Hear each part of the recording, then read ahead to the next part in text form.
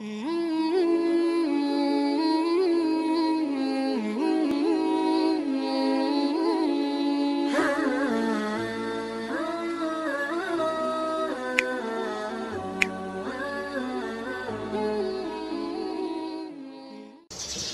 ini PR ya. Kalau Gus Dah Ploso nanti ngendikan suatu saat orang belajar Islam itu bahkan orang Arab pun bisa belajar ke Indonesia. Kalau orang Indonesia bisa alim betul kayak dulu.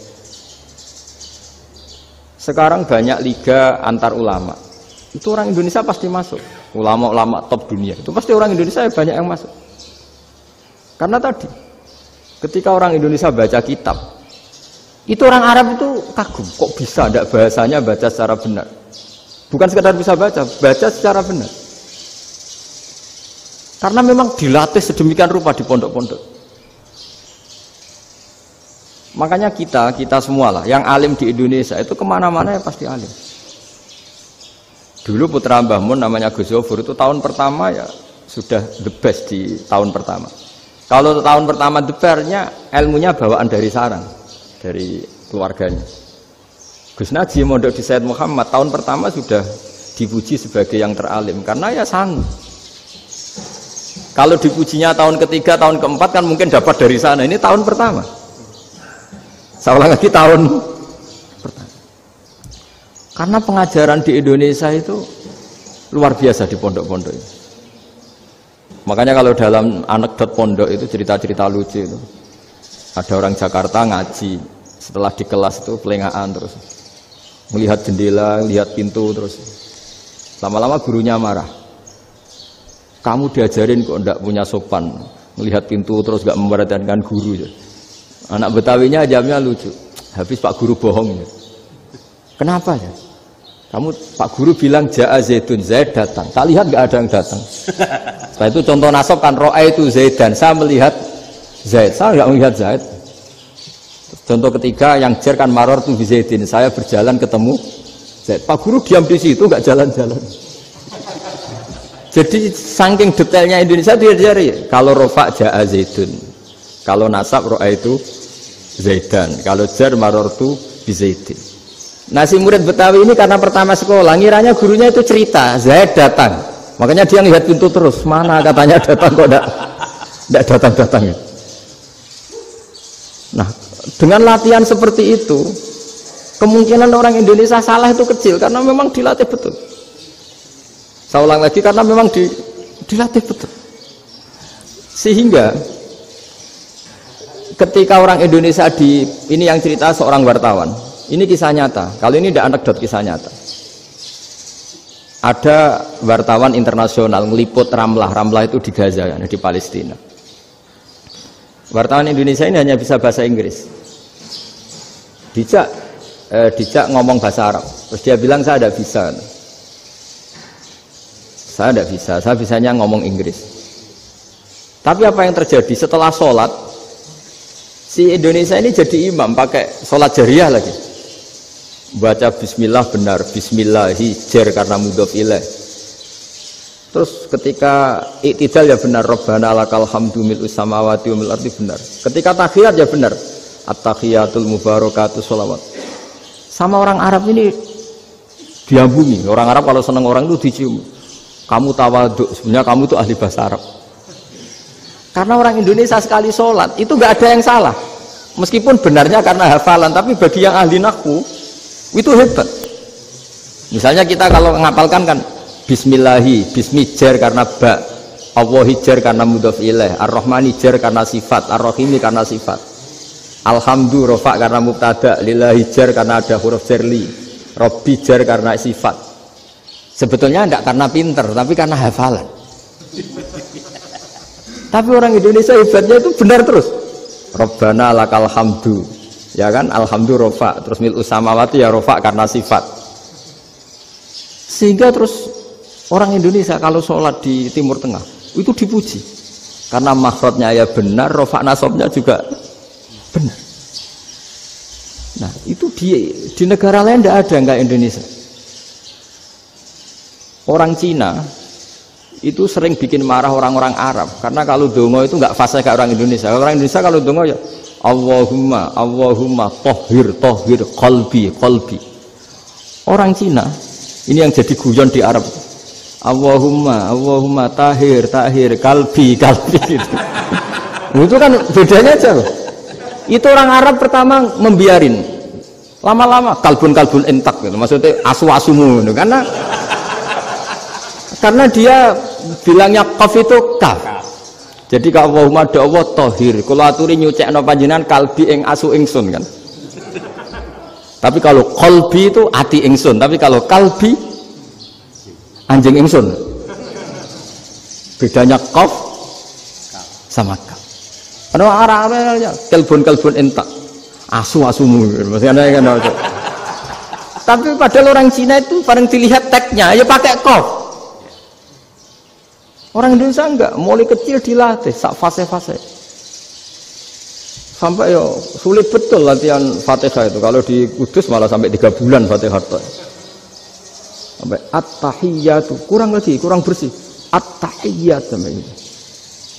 Sampai ada cerita itu orang dipanggil maftuhin itu enggak melengak, harus maftuhin. Baru melengak.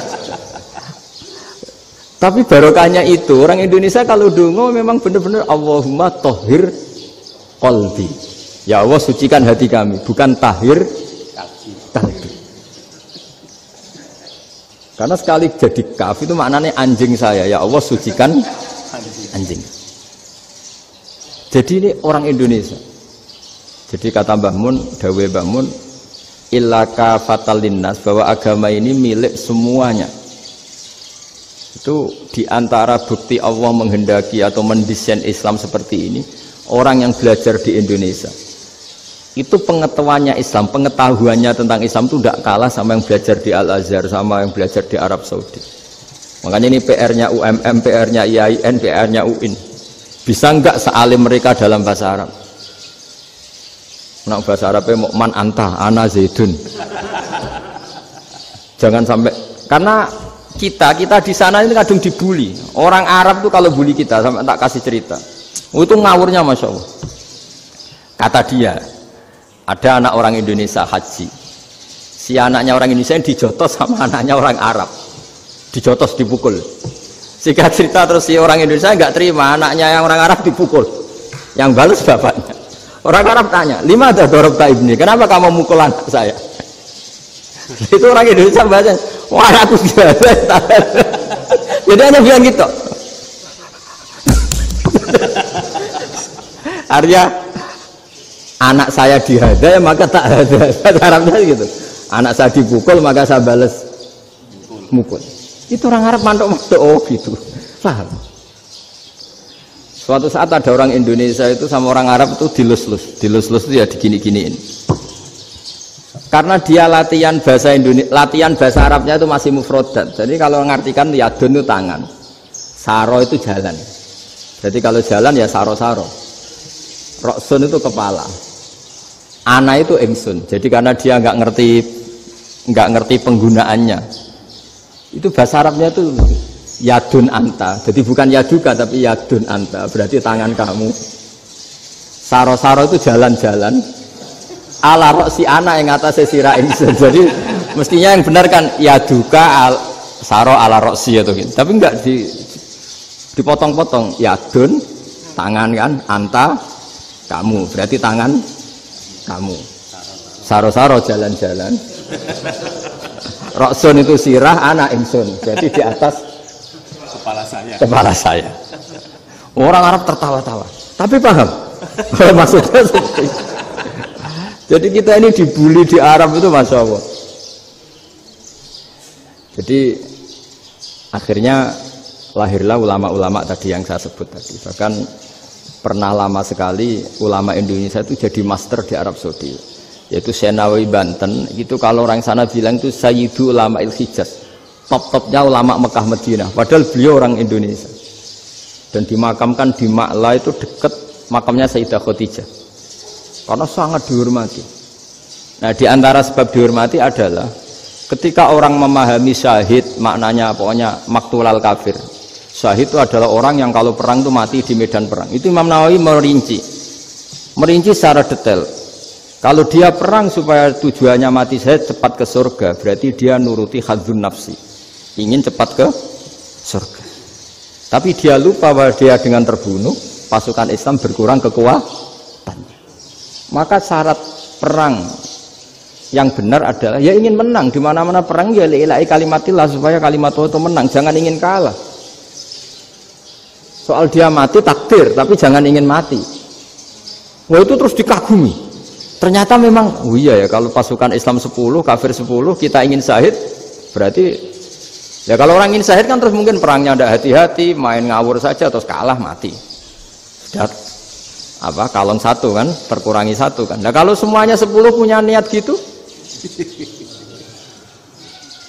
nah itu Syekh Nawawi. Syekh Nawawi itu orang yang begitu gampang nerangkan Quran.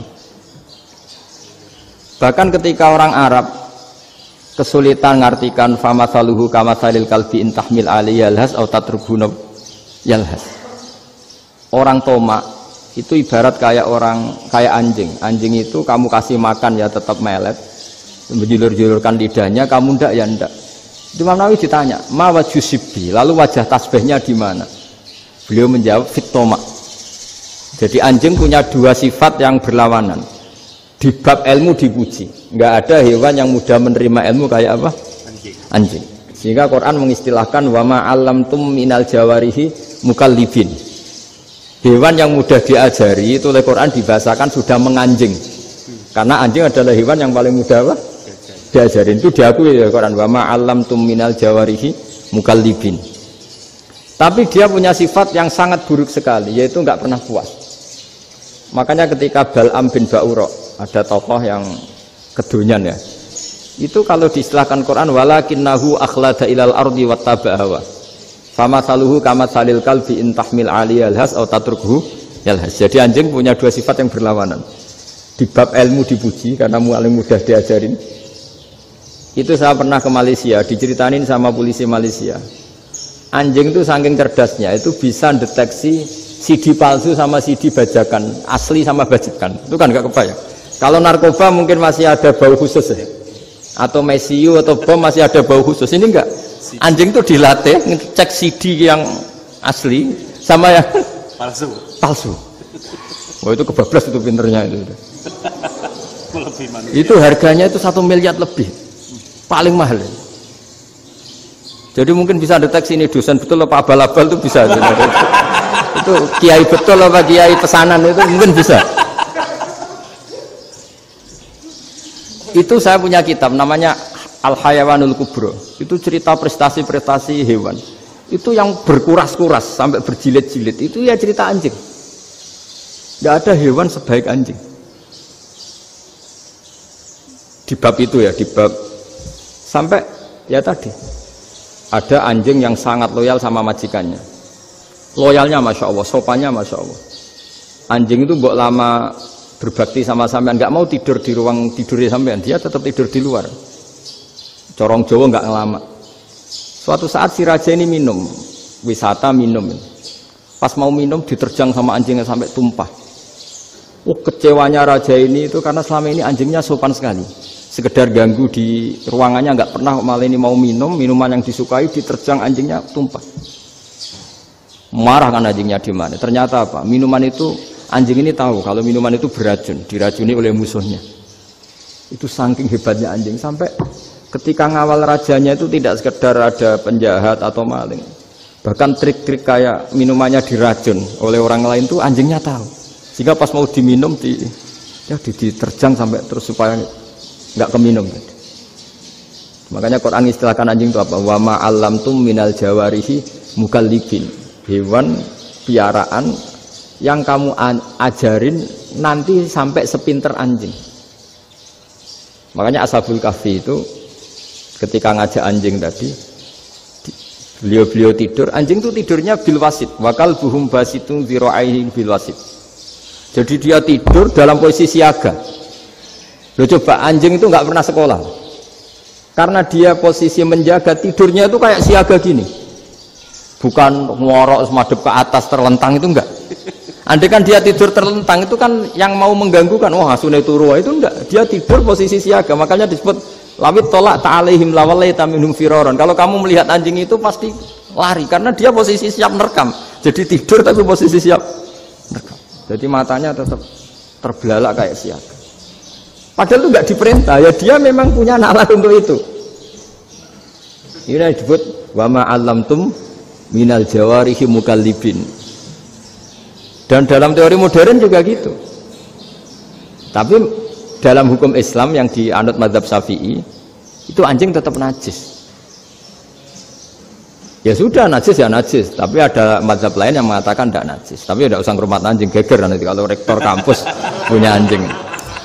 Tapi ilmu itu bagus untuk kelangenan kadang. Andai kan tidak ada mazhab Malik, maka kita kesulitan menceritakan Ashabul Kahfi yang hewan piaraannya itu anjing. Tapi misalnya anjing disucikan, kita juga nanti susah menjelaskan hadis Nabi malaikat itu tidak masuk rumah yang di situ ada apa? Anjing. Maka ilmu itu, makanya kata Imam Sa'roni, sebagian ilmu itu memang kelangenan, tapi nggak boleh jadi praktek. Tapi harus ada. Misalnya begini, contoh paling gampang. Api dalam mazhab Syafi'i kan alat pensuci hanya dua, air dan tanah. Ya saya ulang lagi, air dan tanah, yaitu tanah untuk mensucikan najis anjing. Imam Abu Hanifah menambahkan api. Mazhab Syafi'i itu agak kesulitan ketika ada batu bata dibikin dari tanah-tanah yang bercampur kotoran. Mazhab Syafi'i akan kesulitan karena di situ ada najis yang jadi materinya bata. Hukumnya gimana kalau nanti dipakai masjid? Tapi barokahnya ada beberapa mazhab. Abu Hanifah mengatakan dan api. Jadi apa tadi air, tanah, api. Alasannya masuk akal. Ketika usatul mukminin, orang-orang mukmin yang ahli maksiat itu sebelum masuk surga, kalau dia dosanya banyak itu dibakar dulu supaya suci. Emas itu untuk memisahkan dengan materi lain juga harus dibakar. Berarti api termasuk alat. Artinya gini, batu bata yang materinya dari tadi najis sekalipun ini menjadi suci karena ngalami pembakaran. Tapi kata Imam Sa'roni, ilmu ini hanya sebagai ilmu. Jangan sampai kalau kamu mau wudhu gak ada air terus membakar diri lah, ini ribet kan. Jadi ilmu itu sebagian memang untuk kelangenan. Karena kita butuh. Andai kan tidak ada mazhab Abu Hanifah, maka kita akan kesulitan pakai bata. Yang kita tahu cara bikinnya kadang di tempat yang kotor, di tempat yang najis. Tapi karena ini ngalami dibakar, maka hukumnya suci menurut mazhab Abu Hanifah. Dan itu sering ulama itu sampai apa? Saya punya kitab fikih namanya Fardul Masail. Pengandaian ada masalah. Jadi masalah itu belum terjadi tapi diandaikan. Misalnya kayak di Texas. Bumi itu bulat bola. Texas itu kalau dibor itu pas Ka'bah. Lalu kiblatnya di mana? Bumi ini kan hanya rubuk-rubuk seperempat, yang ada arah itu seperempat. Tapi kalau Ka'bah itu sama Texas, satu Texas dengan Ka'bah itu lalu kiblatnya mana? Mau sudah bebas arah. Maka ilmu mengatakan, maro'ahu muslimuna hasanan fawa indawa hasanun. Kamu jangan nuruti ilmu hakikat, tapi nuruti mindset. Kalau mainstreamnya orang banyak seperti itu, mindsetnya orang sana, misalnya Ka'bah sana, ya ikut sana. Tapi ini tidak mewakili hakikat karena kalau yang 380 derajat itu kan terus ribet. Makanya ini kesulitan di bab-bab fikih. Ya saya ulang lagi, kesulitan di bab-bab fikih. Makanya fikih itu selalu bicara, misalnya gini, ada orang sholat. Saya ulang lagi. Setelah salam pertama dia kentut, itu sholatnya batal apa enggak? Itu lama berdebat. Yang dikatakan rukun sholat itu salam pertama, sehingga orang kalau sudah salam pertama maka sudah keluar dari sholat. Maka kalau kentut gak apa-apa, wong yang keluar dari sholat itu salam pertama.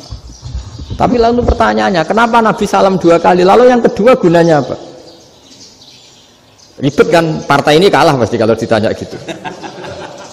Tapi kalau ditanya dibalik, sholat itu satu ibadah yang dimulai dengan takbir, yang diakhiri dengan salam. Berarti salam pertama itu pengakhir apa nunggu salam kedua? Pertama, di semua ulama bilang salam pertama.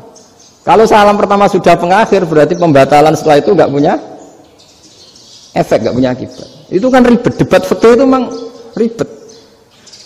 Fikih itu memang senam otak karena pertanyaannya mirip-mirip seperti itu. Nah, sampean milih mana? Milih salam pertama apa salam kedua? Pasti ulama milih salam pertama. Jadi anehnya fikih itu di situ. Misalnya orang mati, takbir itu berapa kali? 4 kali. Andai kan takbir 5 kali itu batal apa enggak? Satu ulama mengatakan 5 kali itu batal. Karena rukunnya sholat jenazah itu takbir 4 kali. Berhubung ini rukun, kalau nambahi ke 5, berarti menambahkan rukun. Kayak kamu sholat rukuk 2 kali kan batal. Sujud 3 kali batal. Karena menambahkan apa? Rukun. Berarti kalau takbir 5 kali batal. Tapi pertanyaannya, takbir itu adalah wiridan biasa, sehingga kalau ditambahkan nggak punya akibat batal. Jadi perdebatan ulama itu kadang ya lucu. Kayak kemarin Pak Haris pas pertama bertamu ke sini mau ngundang saya, tak ceritain. Dulu sholat jenazah itu pasti mayat di depan. Karena lazimnya sholat jenazah itu mayat di depan. Tapi mulai dulu ulama sudah berpendapat, andai kan jenazahnya di belakang pun tetap sah. Fa'innal janazah laisat bi imamin, karena jenazah itu tidak imam. Kenapa harus di depan? Oh, tidak imam kok harus di depan. Itu mulai dulu. Sehingga ketika Arab Saudi pernah mengalami tragedi, ada orang yang dibungkus kayak mayit, ternyata senjata. Setelah di dekat Ka'bah dipakai. Dulu tragedi tahun berapa itu? Pokoknya pernah ada tragedi itu. Semenjak itu Arab Saudi kalau ada orang mati tetap di kamar mayit, terus ada sholat jenazah. Padahal mayitnya di belakang yang jamaah. Jadi meskipun kita tidak akan bikin ajaran baru jenazah di belakang, ya tidak keren, kasihan kan. Tetap biasanya di depan ya di depan. Tapi meskipun jenazah ini di depan, kita tetap berpendapat andai kan di belakang tetap sah, tapi nggak usah dipraktekkan. Nah, pentingnya ilmu ini begini. Saya misalnya di Rembang, boleh nggak nyolati ghaib jenazah yang di Surabaya? Boleh kan? Padahal yang kita solati di belakang. Jadi ilmu itu penting. Cocok tidak cocok, nama ilmu itu penting.